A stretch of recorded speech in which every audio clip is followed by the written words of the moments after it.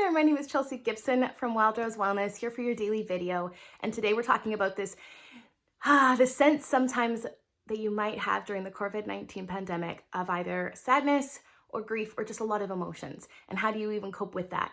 You know, a lot of you that are coming to me are saying, I'm usually really grounded. I'm usually really level-headed. All of a sudden I have a day where I want to cry or that I'm really angry.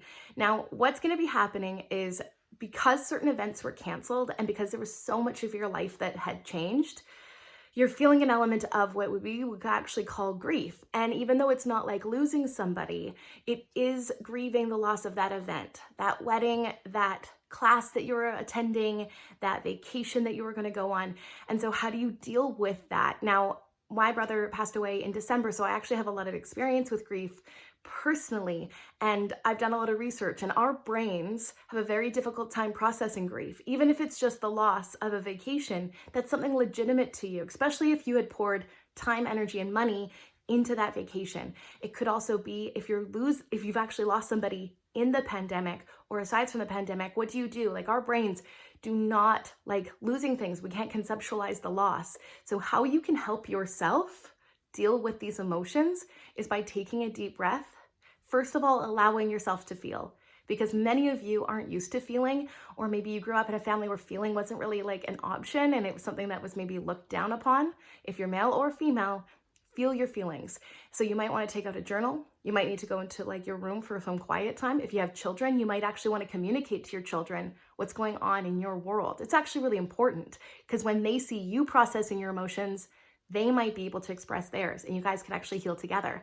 That's what I found with my family. The other thing you want to make sure that you're doing is giving yourself the validity. So positive thinking, being mindful of your thoughts so that not just do you have this one, let's just say like you've got this one character in your brain that's saying, I'm sad, that is maybe frustrated or angry. Give it a voice, but be the one that separates from it and is actually the listening voice. So you're listening to yourself.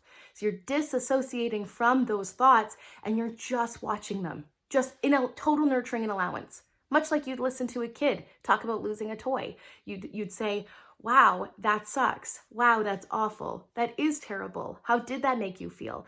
And then that way you're actually becoming almost like your own therapist or facilitator. And what it does is it creates a bond with you to you so that you actually can express your emotions in a healthy way, but you also have somebody that can listen.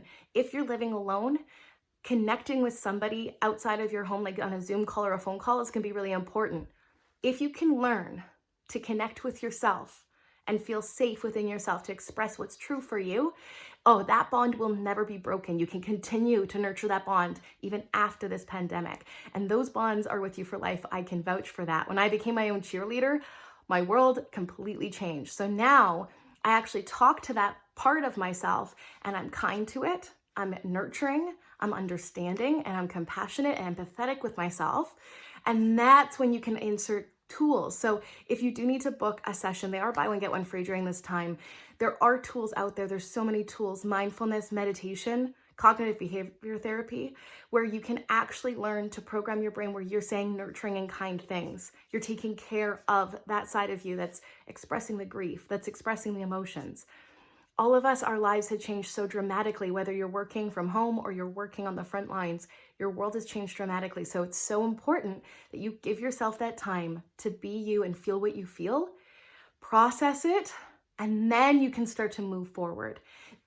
One thing you want to make sure you're not doing is judging yourself for having emotions, being hard on yourself, continuing those negative thoughts to actually judge yourself for feeling what you feel, or avoiding what you feel. Because avoidance it bubbles up, especially with things like grief. So what you want to do is give yourself those moments to really feel what you feel, and automatically right after you've had that moment, do something that's fun and light for you. That's not the time to look at your bank account.